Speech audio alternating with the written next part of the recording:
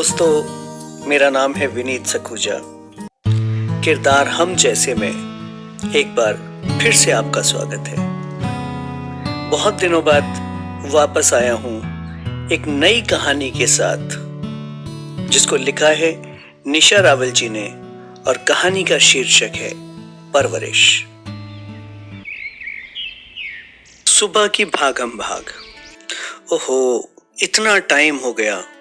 अब परी को तैयार करना है, उसका टिफिन भी, और फिर नीचे भी तो जाना है, नहीं तो उसकी स्कूल बस भी मिस हो जाएगी। हद है। ये बस वाले भैया भी ना थोड़ी भी देर इंतजार नहीं करते।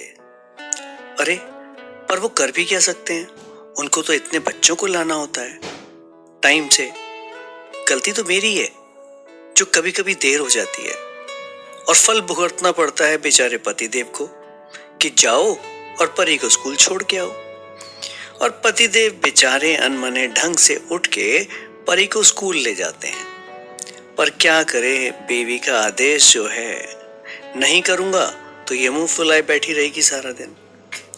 बस ये सब बातें याद करते हुए माधवी खुद से ही बात करती हुई हंसती जा रही थी और साथ में घर का काम भी निपटा रही थी। बस रोज का यही सिलसिला था।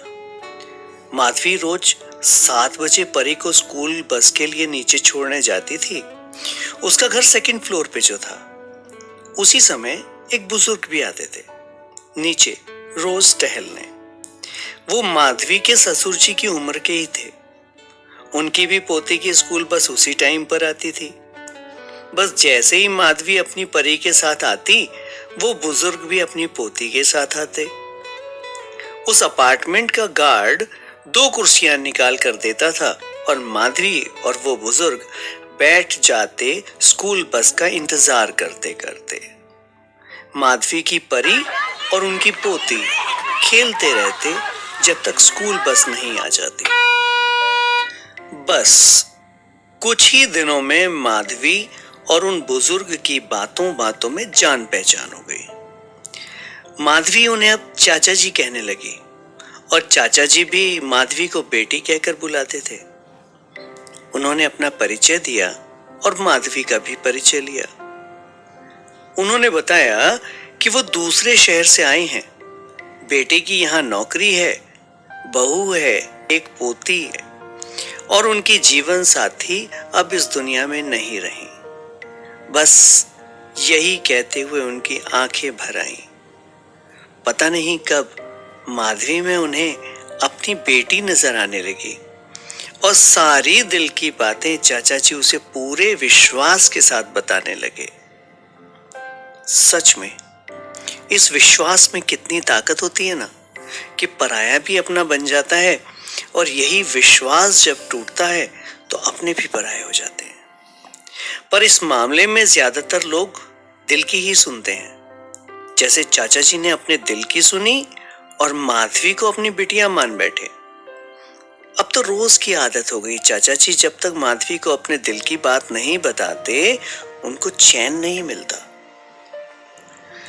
पर पता नहीं क्यों चाचा जी अपनी पोती जो 9वीं क्लास में थी और अपनी बहू जो कि कभी कभी वो भी अपनी बिटिया को छोड़ने आती थी, उनके सामने माधवी से अपने दिल की बात बोलने में हिचकते थे। शायद अपनी बहू से थोड़ा घबराते थे। बहू दिखने में एकदम मॉडर्न और कपड़े पहनने का ढंग भी एकदम स्टाइलिश। माधवी से तो उसने ठीक तरीके से ही बात किया, थोड़ी तेज स्वभाव की लग रही थी। पर जैसे ही चाचा जी ने अपनी बहू से हंसते हुए बात की, तो बहू ने ऐसा जवाब दिया कि माधवी के तो होश ही उड़ गए। चाचा जी ने अपनी बहू से, क्या बात है बेटा, आज लेट कैसे कर दी पोती को नीचे लाने में? थोड़ी देर भी लेट होती तो बस चली जाती। चाचा जी ने बड़े शालीन ढंग और सरस स्वभाव से अपनी बहू से कहा। बहू ने तुरंत जवाब दिया, तो क्या हो गया, देर हुई तो कोई पंख लगे हैं क्या मुझे जो उड़ के नीचे आती? और मेरी भी तबीयत अक्सर खराब रहती है। चाचा जी ने सर झुका लिया और उसकी पोती ने भी मां का साथ दिया। अरे रहने दो ना मम्मा, ये दादाजी भी ना थोड़े सठिया गए हैं, बूढ़े जो हो रहे हैं।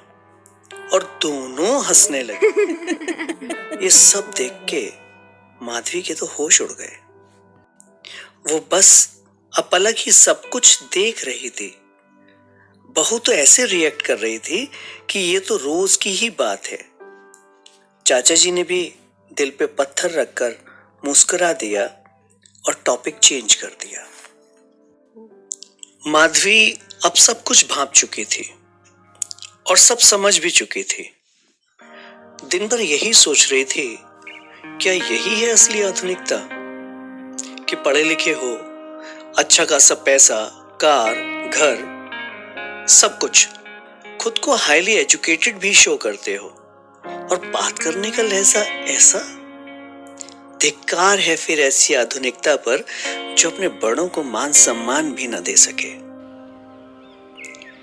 अगले दिन सुबह फिर माधवी परी के साथ आई। चाचा जी भी पोती के साथ आए। माधवी ने कहा नमस्ते चाचा जी और बैठ गई। आज चाचा जी की आंखें बिल्कुल लाल थी। ऐसा लग रहा था कि वो रात भर सो नहीं पाए। दुख और उदासी तो साफ ही झलक रही थी। पर माधवी सब जानते हुए भी कुछ नहीं पूछ पाई। वो चाचा जी को दुखी नहीं देख सकती थी। बस बातों ही बातों में उन्हें हंसाने की कोशिश करती रही और चाचा जी भी अपनी दिल से मानी हुई बेटी का मान रखने के लिए हंसने लगे। पर उनके चेहरे के भाव और हंसी बिल्कुल भी मेल नहीं खा रहे थे। उसी अपार्टमेंट के एक और भाई साहब एक छोटे से डॉगी यानी पपी को टहला रहे थे। बस माधवी की प्यारी सी बिटिया परी जो क्लास 1 में थी खेलने लगी। बहुत खुशी हुई दो डॉगी को देख के। मम्मा प्लीज मैं इसे एक बार उठा लूं, जिद करने लगी। माधवी ने जोर से डांटा, बिल्कुल नहीं परी, तुम्हें स्कूल जाना है ना, कपड़े गंदे हो जाएंगे।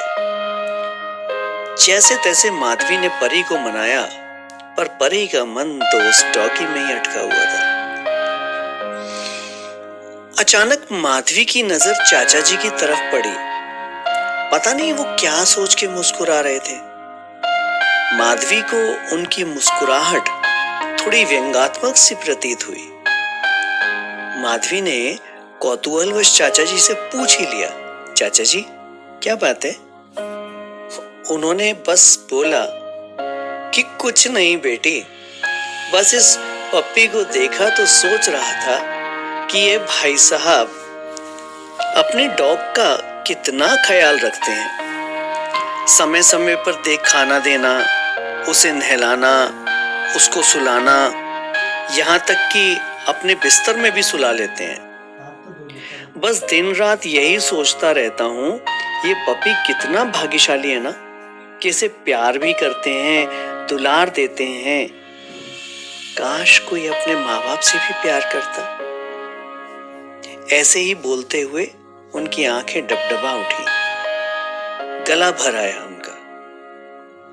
हाँ चाचा जी अपने बारे में ही बात कर रहे थे। माधवी निशब्द सी उनके सामने बैठी रही, कुछ नहीं बोल पाई।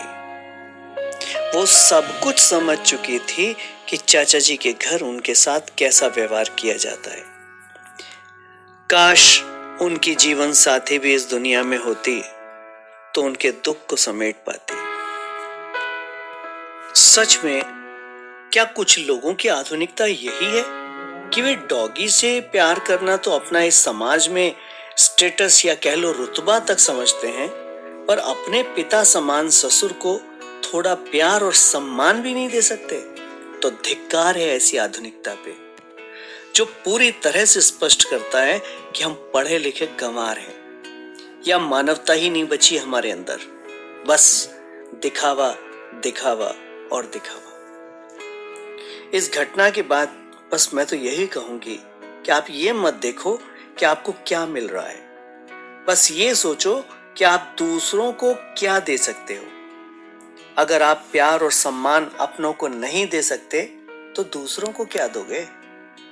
चाहे स्त्री हो या पुरुष, दोनों को एक दूसरे के माता पिता के प्रति वही प्यार और सम्मान रखना चाहिए जो वो खुद के माता पिता के प्रति रखते हैं। अगर हम यही सोचते रहेंगे कि बदले में हमें क्या मिला, तो शायद कुछ नहीं बदलने वाला है। बस यहीं तक थी ये कहानी। दोस्तों, ये कहानी आपको कैसी लगी? कृपया कमेंट बॉक्स में एक कमेंट अवश्य छोड़ें। और आप लोग जिन्होंने अभी तक मेरे चैनल को सब्सक्राइब नहीं किया है, वो मेरे चैनल को सब्सक्राइब करें और मेरी कहानियों को पढ़ें, समझें, एक दूसरे के साथ साझा करें। शायद इन कहानियों की सफलता इसी में निहित है। धन्यवाद।